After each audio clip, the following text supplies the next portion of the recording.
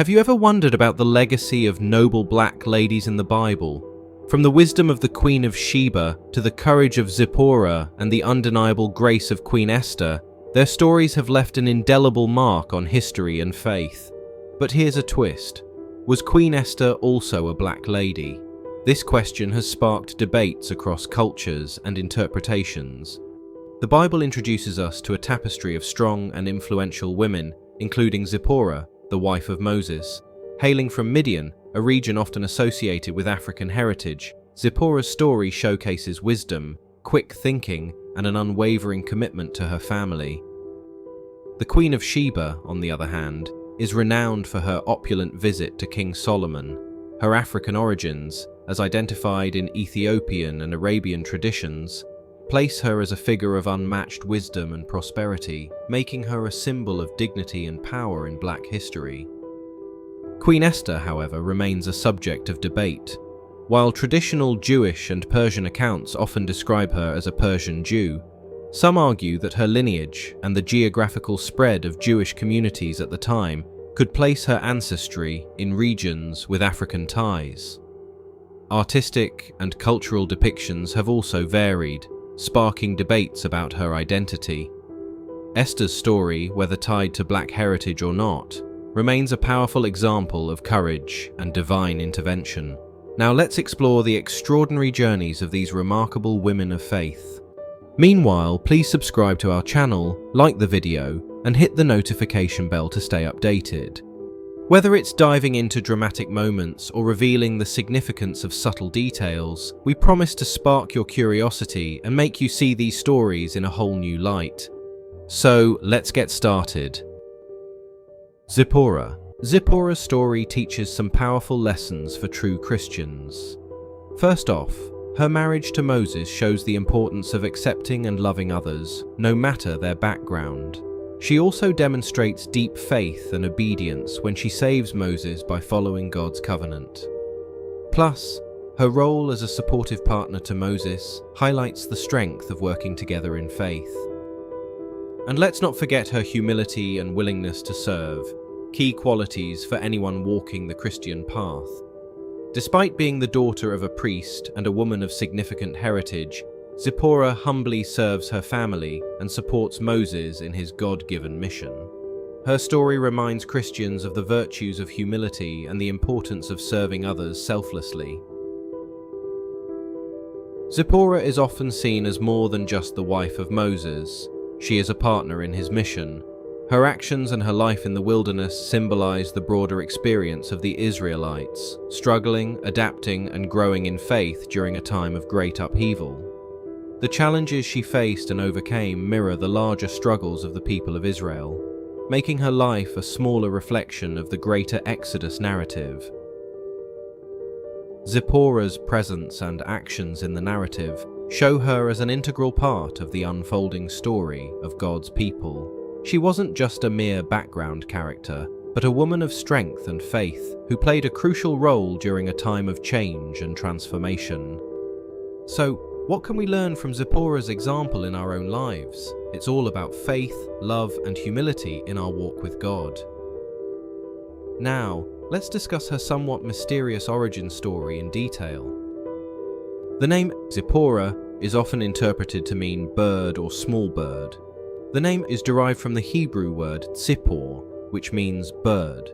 This name could carry connotations of beauty, freedom, or swiftness, much like a bird in flight.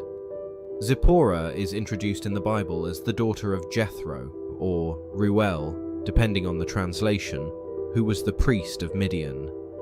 But here's the intriguing part. Zipporah isn't an Israelite. She actually comes from the Midianites. The Midianites were a nomadic group descended from Midian, who was one of Abraham's sons by his second wife, Keturah. However, the debate over Zipporah's identity as either a Midianite or a Cushite centers on the differing descriptions in the Bible. Exodus identifies her as a Midianite, while Numbers refers to Moses' wife as a Cushite. Some suggest Moses had two wives, while others believe Zipporah was both, possibly due to her complexion or a symbolic use of Cushite. This debate adds layers of cultural and theological complexity to her role in the biblical narrative. As we go through today's episode, we'll discuss this topic in more detail. Dear friends, definitely, there's much more to explore, so stay with us for a thorough discussion.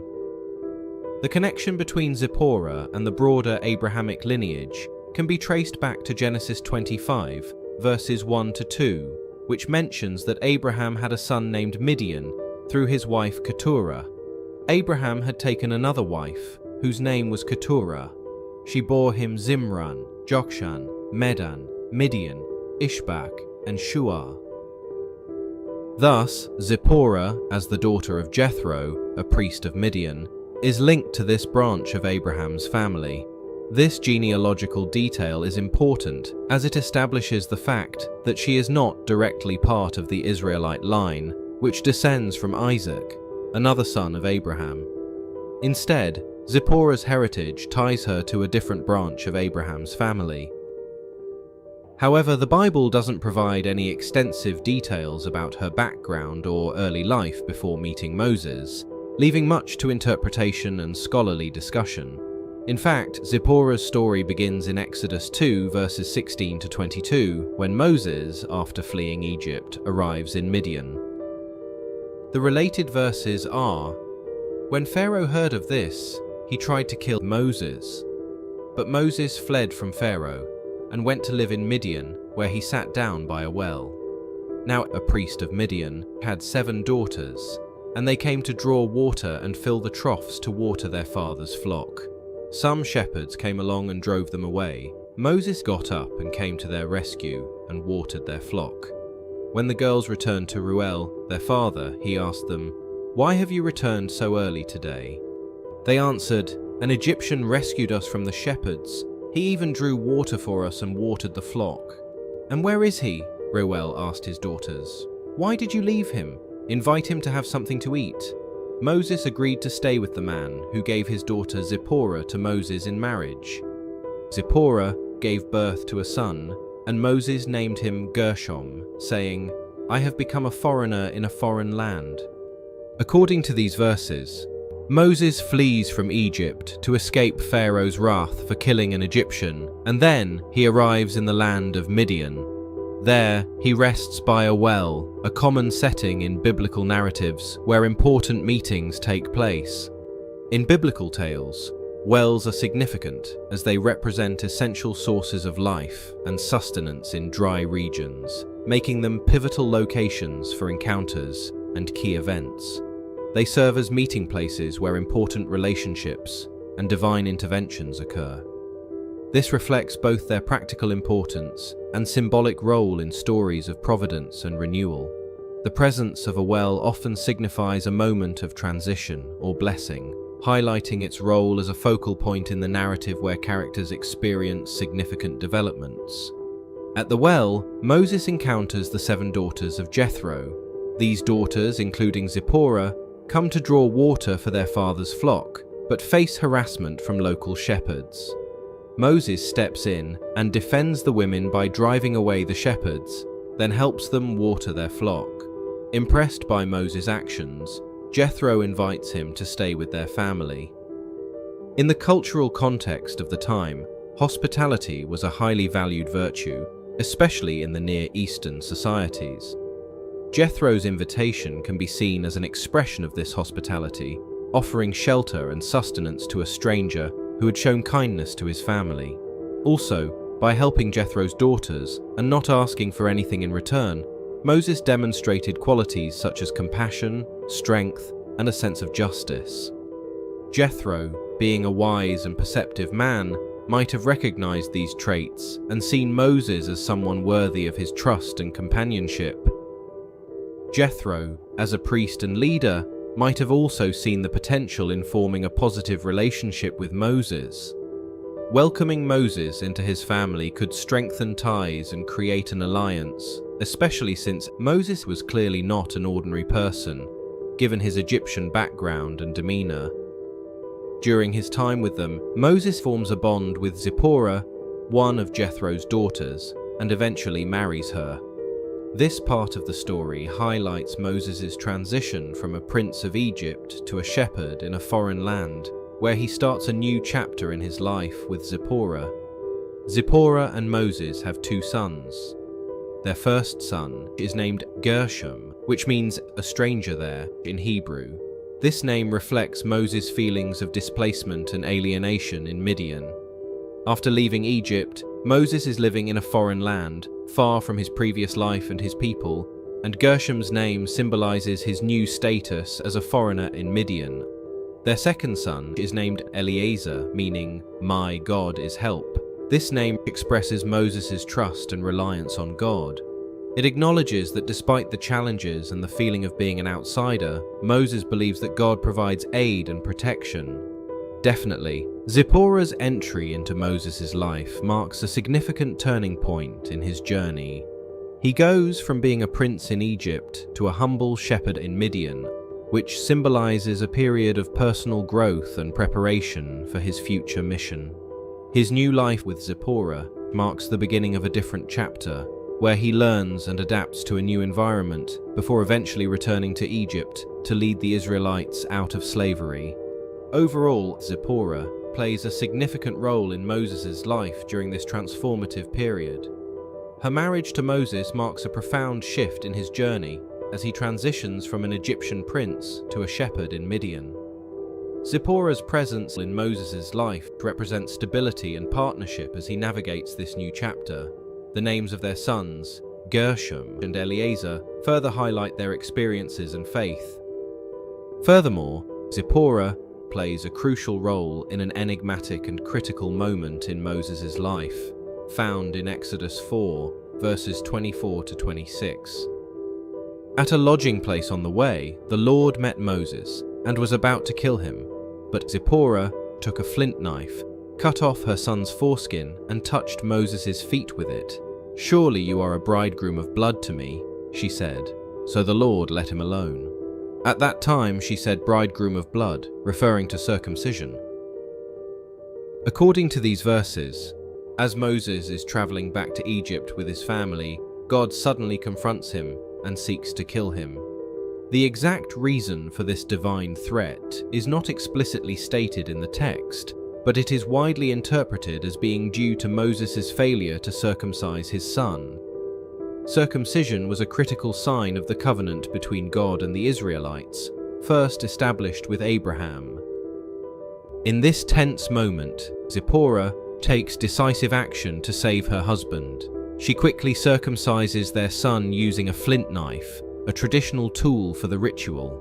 Afterward, she touches Moses' feet with the foreskin and declares, "Surely you are a bridegroom of blood to me." This phrase is enigmatic, but it likely refers to the blood of circumcision, which signifies the covenant, and in this context, secures Moses' life. After this, God lets Moses go. Through this act, Zipporah not only saves Moses, but also reaffirms the covenantal obligation that Moses had neglected. Her actions show her understanding of the importance of this ritual and her willingness to intervene in a critical moment. This episode definitely marks Zipporah's significant role in ensuring Moses can fulfill his mission to lead the Israelites out of Egypt. The narrative of Zipporah fades from the biblical account after the circumcision incident in Exodus 4 and doesn't reappear until Exodus 18.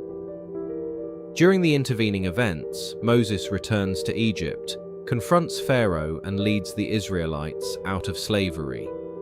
At some point, though the Bible does not specify when or why, Moses sends Zipporah and their sons back to her father, Jethro, in Midian. This may have been done for their safety, or because Moses needed to focus entirely on the task at hand.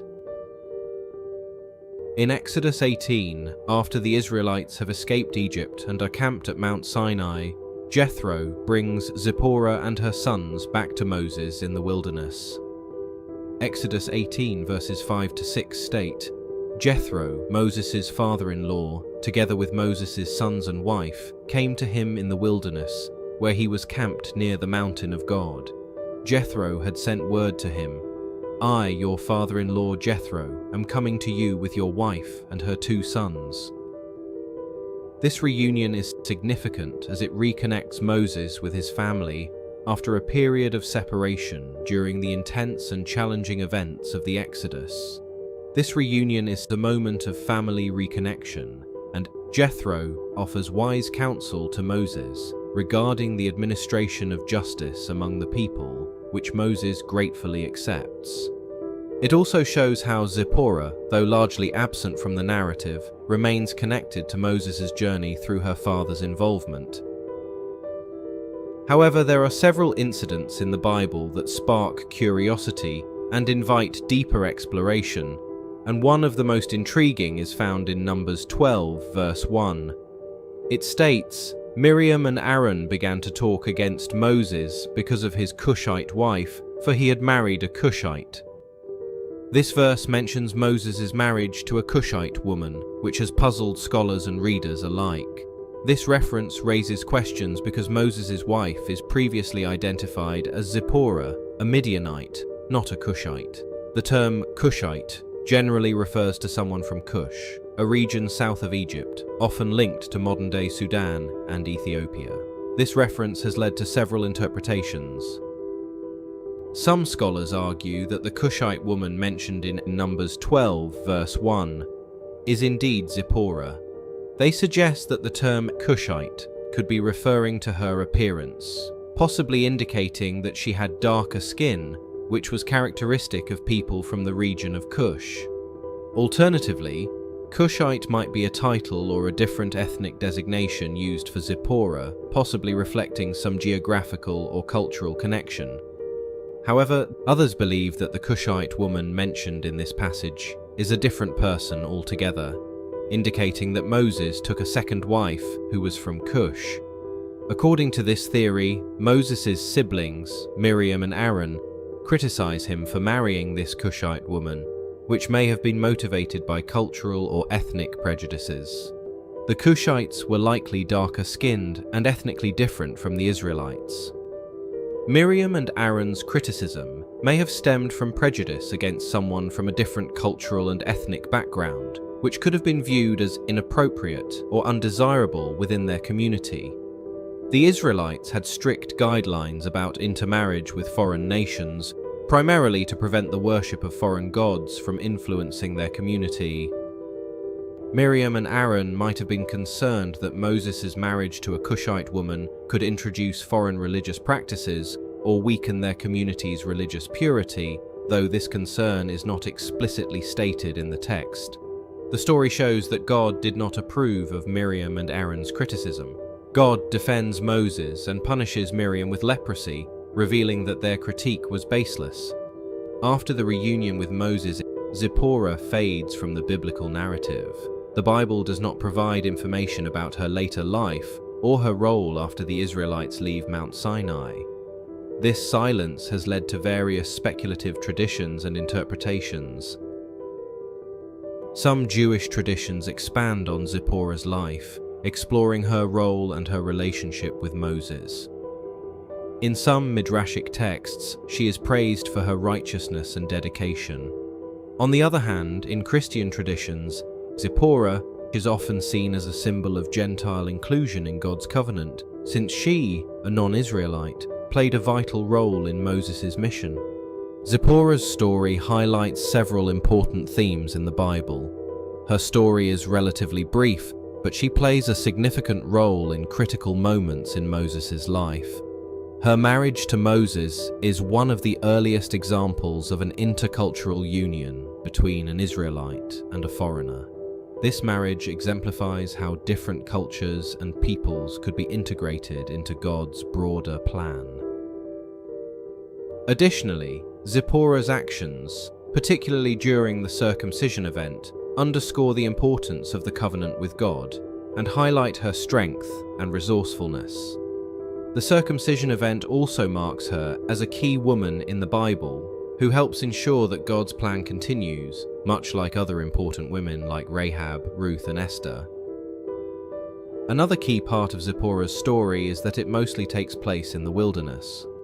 In the Bible, the wilderness is a place of testing, revelation, and change. Her life with Moses during this time reflects the challenges and changes that the Israelites would face on their journey. These aspects of Zipporah's story help us see her as more than just a background character in Moses' life. The wilderness is often depicted as a harsh, barren landscape where survival is difficult, symbolizing the trials and challenges that one must endure. For the Israelites, the wilderness was a place where their faith and loyalty to God were tested. Similarly, Zipporah's life in the wilderness with Moses was not one of ease. She had to adapt to the nomadic life, face the uncertainties of the journey, and support Moses in his monumental task of leading a nation. The wilderness is also where God reveals himself in powerful ways. Moses himself encountered God in the burning bush in the wilderness, Exodus 3 verses 1 to 4. For Zipporah, her role in the dramatic episode at the inn, where she circumcised her son to save Moses' life, reveals her deep connection to the covenant and her active participation in the divine mission. The wilderness was a place where the old ways were left behind and new identities were forged. For Zipporah, her journey with Moses signifies a change from her life in Midian to her life as part of the Israelite journey. This is similar to how the Israelites changed as they went from being slaves in Egypt to becoming a free people under God's promise. Zipporah's presence and their family life together highlight the profound changes Moses undergoes both personally and spiritually. So, dear listeners, how do you see Zipporah's significance in the larger biblical story? What insights or interpretations do you have about her influence and actions? What are your thoughts on her role, especially in the context of her marriage to Moses and the mysterious incident at the lodging place in Exodus 4? Have you ever wondered about legendary figures from ancient times who left an indelible mark on history? Well, the Queen of Sheba is one of those intriguing figures whose legacy spans across cultures and continents. But who was she exactly? What is remembered and cherished about the Queen of Sheba is her unwavering quest for wisdom and knowledge, along with her courage to embark on a challenging journey for the sake of her kingdom's prosperity. The ancient Middle East and Arab world were famed for their rich tradition of folk tales and storytelling shared across various cultures and religions, including Judaism. These stories, often spread by merchants and traders, are sometimes questioned due to their many versions, supernatural elements, and lack of evidence. However, some tales persist, bolstered by archaeological findings, while others remain mysterious. One such enduring tale is that of the Queen of Sheba. Whether rooted in myth or history, the Queen of Sheba stands as a symbol of female empowerment, inspiring us with her wisdom, selflessness, and bold demeanor. Though the existence of the Queen of Sheba is a matter of debate among historians, her story weaves an intricate web of wisdom, diplomacy, and cultural exchange, captivating imaginations and echoing through the annals of biblical, Quranic, and world heritage.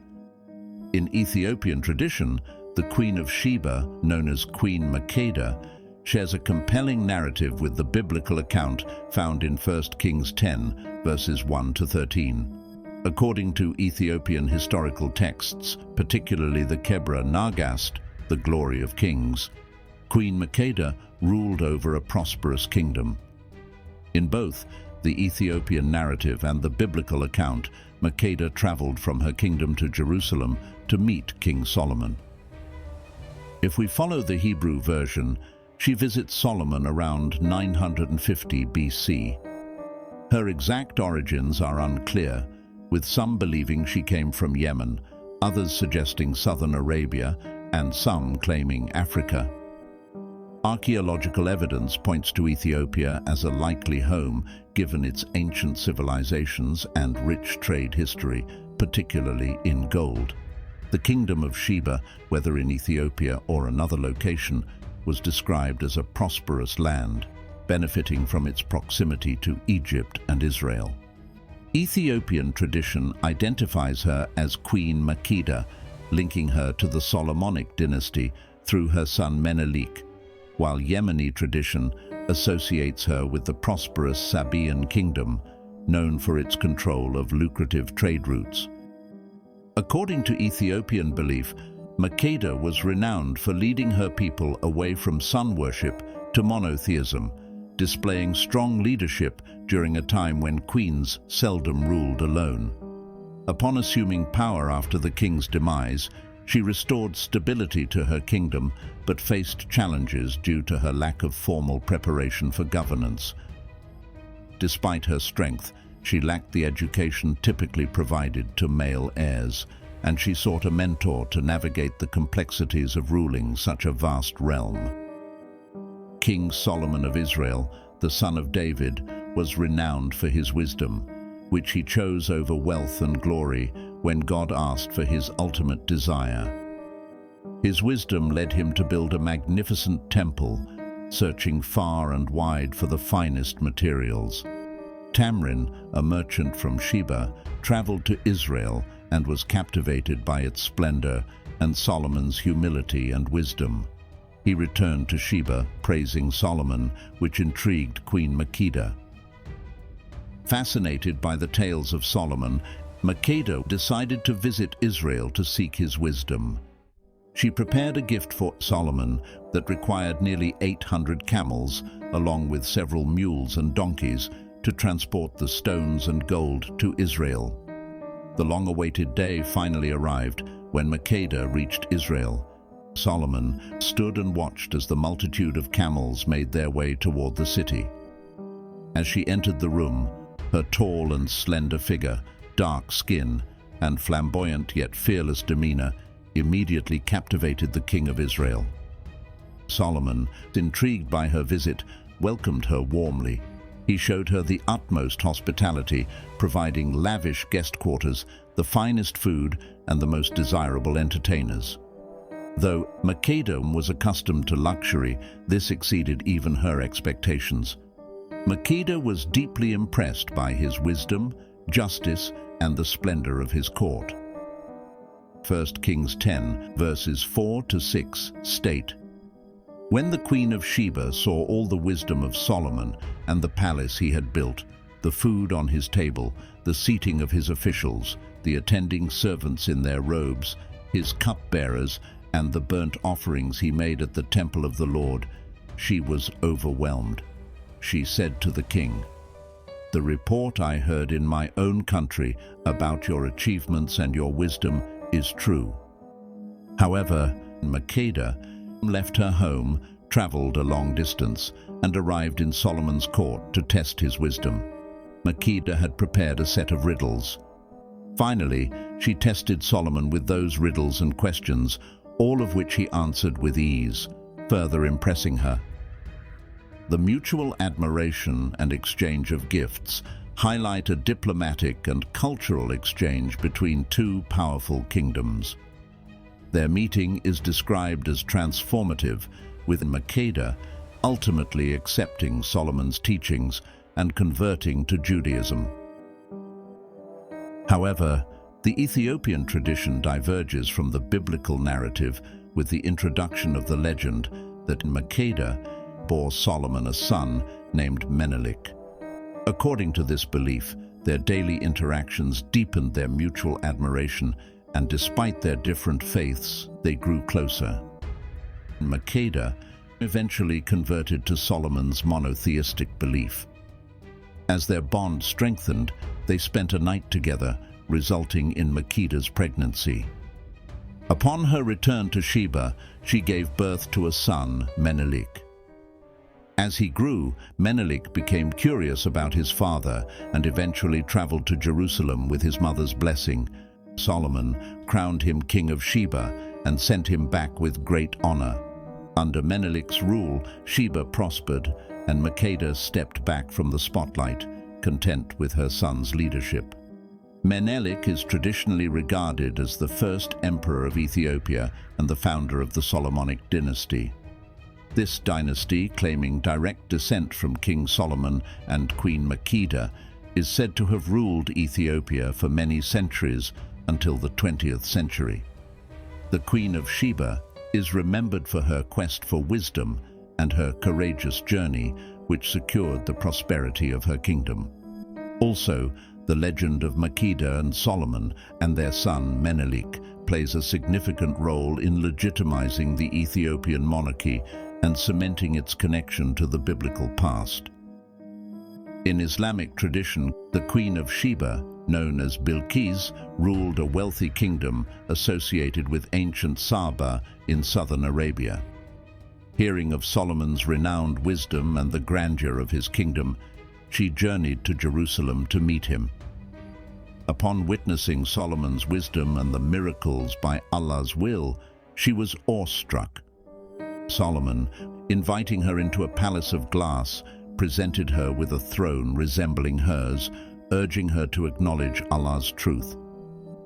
Impressed, Bilqis accepted monotheism and recognized the greatness of Solomon's faith in Allah.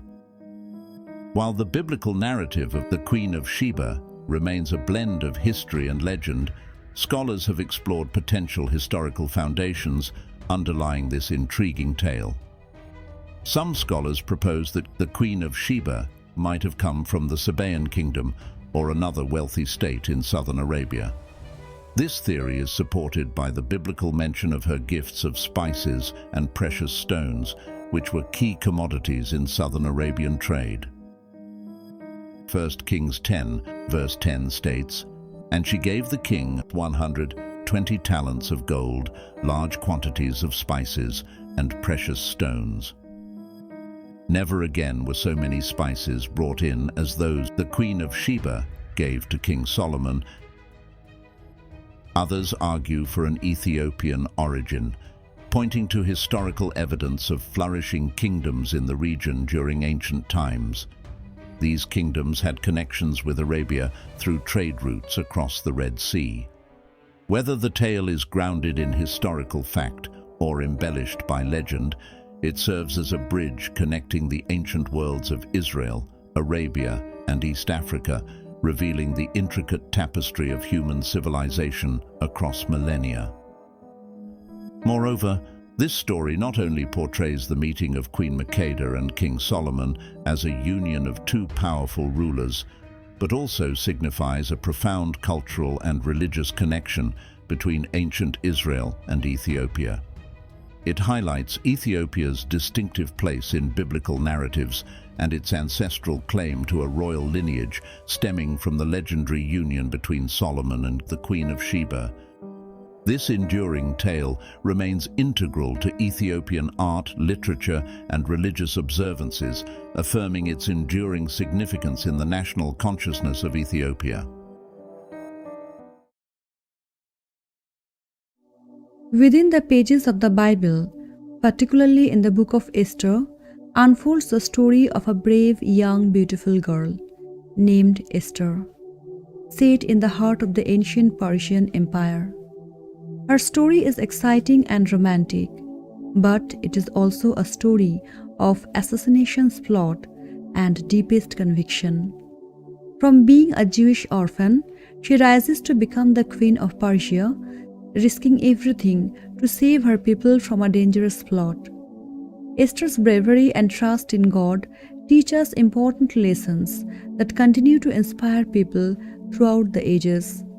In the book of Esther, we follow this remarkable journey of her and learn about a joyous celebration called Purim to remember the happy ending. It happens more than 100 years after some Jewish people were taken from their home and sent to Babylon. Esther and her cousin Mordecai were part of this group of Jewish people who lived outside their homeland. After being taken away from their home, they ended up in Susa, the main city of Persia. So they were like a family of Jews living in Susa after leaving their original home. Esther, also known as Hadassah, lost both of her parents and was raised by her much older cousin Mordecai, who took care of her like a father. The book of Esther, chapter 2, verses 5-7 NIV. Mordecai had a cousin named Hadassah, whom he had brought up because she had neither father nor mother. This young woman, who was also known as Esther, had a lovely figure and was beautiful. Mordecai had taken her as his own daughter when her father and mother died. So, this is how Esther's story begins with Mordecai, her cousin, taking care of her in Susa. In the book of Esther, chapter 1, verses 1 to 22, King Xerxes, also known as Ahasuerus, organized a grand banquet that lasted for 180 days. Following this extensive celebration, he hosted a special feast for 7 days in the courtyard of the royal palace. These parties were like a big show-off to let everyone see how rich and awesome the Persian Empire was. Now, during the party, King Xerxes had been drinking a lot and wanted to display the beauty of Queen Vashti to all his guests. He commanded his eunuchs to bring Queen Vashti wearing her royal crown. Queen Vashti refused to come, and this refusal angered King Xerxes greatly. His advisors were concerned that Vashti's disobedience might set an example for other women in the empire. They were worried that if the queen didn't listen, other women might also start not listening to their husbands. To handle the situation of what seemed like a rebellion, the king followed the advice of his counselors and made an important decision. He declared a decree that Queen Vashti couldn't be the queen anymore. That's how Queen Vashti lost her position as the queen because she didn't do what the king wanted. After Queen Vashti was removed from her position, King Xerxes wanted a new queen. So he looked for the most beautiful girl in the whole kingdom to replace Vashti, and a search was conducted throughout the kingdom. Among the many young women gathered for this purpose, Esther stood out for her exceptional beauty and grace. Esther underwent a year of beauty treatments and preparations before being presented to King Xerxes. During this time, she won the favor of everyone who saw her. The king, impressed by Esther's beauty and charm, chose her as the new queen. The specific Bible verse describing this event is Esther chapter 2, verse 17, NIV. Now the king was attracted to Esther more than to any of the other women, and she won his favor and approval more than any of the other virgins. So he set a royal crown on her head and made her queen instead of Vashti. This verse captures the moment when King Xerxes was drawn to Esther's beauty and chose her to be the new queen, even though he didn't know she was secretly Jewish. Esther was careful to keep the Jewish identity a secret, as advised by her cousin and guardian, Mordecai. He told her to keep her Jewish identity a secret because it might be tricky in the big Persian Empire where there weren't many Jewish people. Esther's hidden identity becomes a crucial aspect of her character as the plot unfolds, showcasing her courage and strategic thinking even when things were really hard. As the story goes on, we see that Haman, a high-ranking official in the Persian Empire, became angry with Mordecai because Mordecai refused to bow down to him. This made Haman not just dislike Mordecai, but he started hating all the Jewish people. Haman went to King Xerxes and convinced him to issue a decree that said all Jewish people should be completely destroyed on a certain day. This rule was sent everywhere in the kingdom, putting all the Jewish people in serious danger. When Mordecai found out of Haman's evil plan to hurt the Jewish people, he felt very sad. He tore his clothes and put on sackcloth and ashes, a traditional way of expressing deep distress and sorrow. Mordecai's actions caught the attention of Esther, who, as queen, was initially unaware of the decree. Mordecai sent a message to her, telling her about the danger and asking her to talk to the king to try and stop it. Esther learned about Haman's wicked plan to destroy her people and made a tough decision. Despite the danger, she decided to go to King Xerxes without him calling for her. This was a big risk because anyone who went to the king without an invitation would be punished, even the queen. Esther decided to go to the king, understanding the risk involved. Before doing so, she requested that all the Jews in Susa join her in a 3-day period of fasting and prayer. This is described in Esther chapter 4, verse 16 NIV. Go, gather together all the Jewish who are in Susa, and fast for me. Do not eat or drink for 3 days, night or day. I and my attendants will fast as you do. When this is done, I will go to the king, even though it is against the law, and if I perish, I perish. Thus, after the 3 days of fasting and prayer, Esther went to the king's inner court. The king welcomed her by extending his golden scepter, indicating that she could approach. Esther chapter 5, verses 2-3 NIV. When he saw Queen Esther standing in the court, he was pleased with her and held out to her the gold scepter that was in his hand. So Esther approached and touched the tip of the scepter. Then the king asked, "What is it, Queen Esther? What is your request? Even up to half the kingdom, it will be given you." Now Esther invited the king and Haman to a banquet, as described in Esther chapter 5, verses 1-8. At the banquet, the king asked Esther about her request, and she requested their presence at another banquet the next day.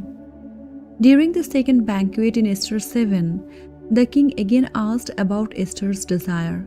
This time, Esther revealed the evil plot of Haman to destroy her and her people.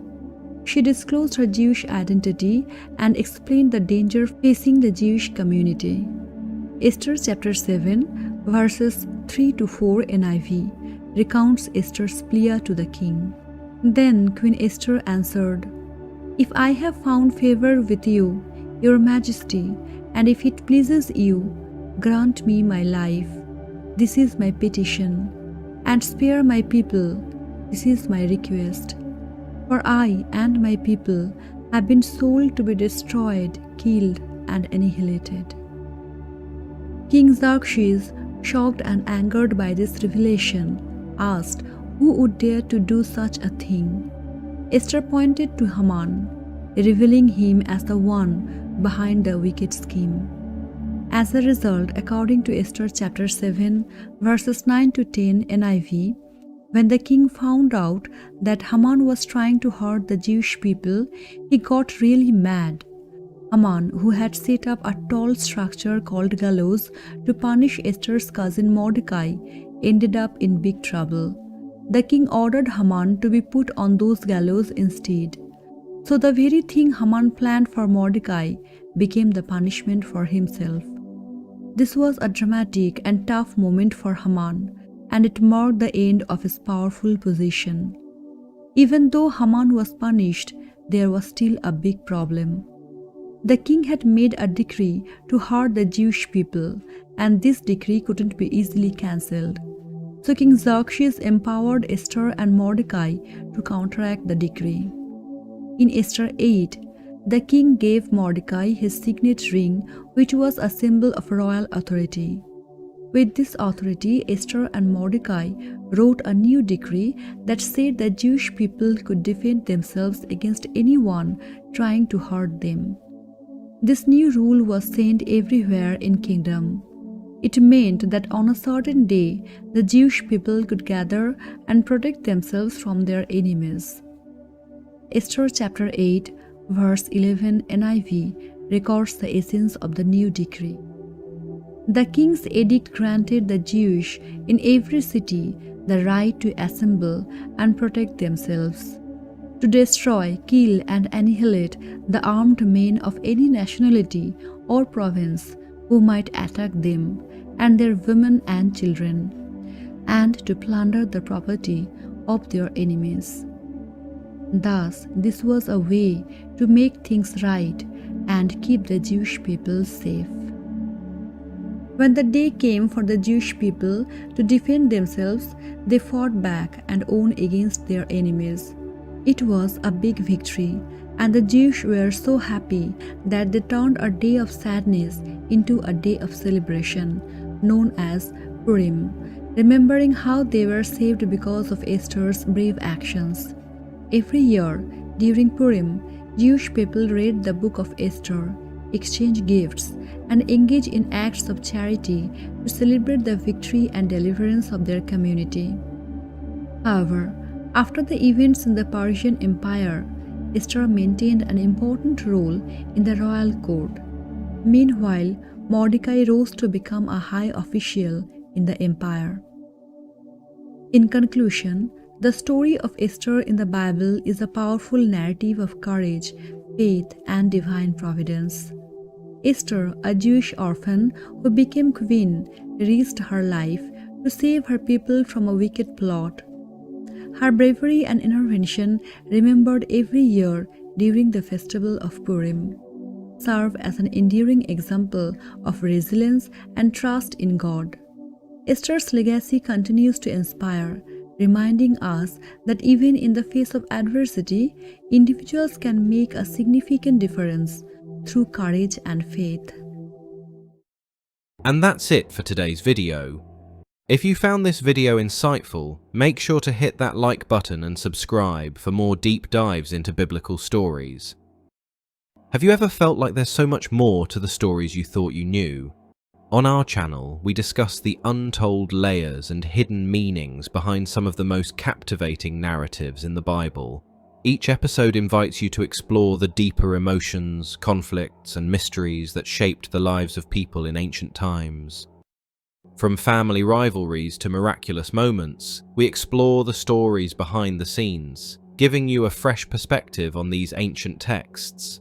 Our episodes are designed to spark your curiosity and make you think about the deeper meanings behind these timeless tales. So, if you're ready to see the Bible in a whole new light, come and explore with us. You won't want to miss a single episode. And as always, feel free to drop your thoughts in the comments below. Until next time, keep questioning and keep exploring.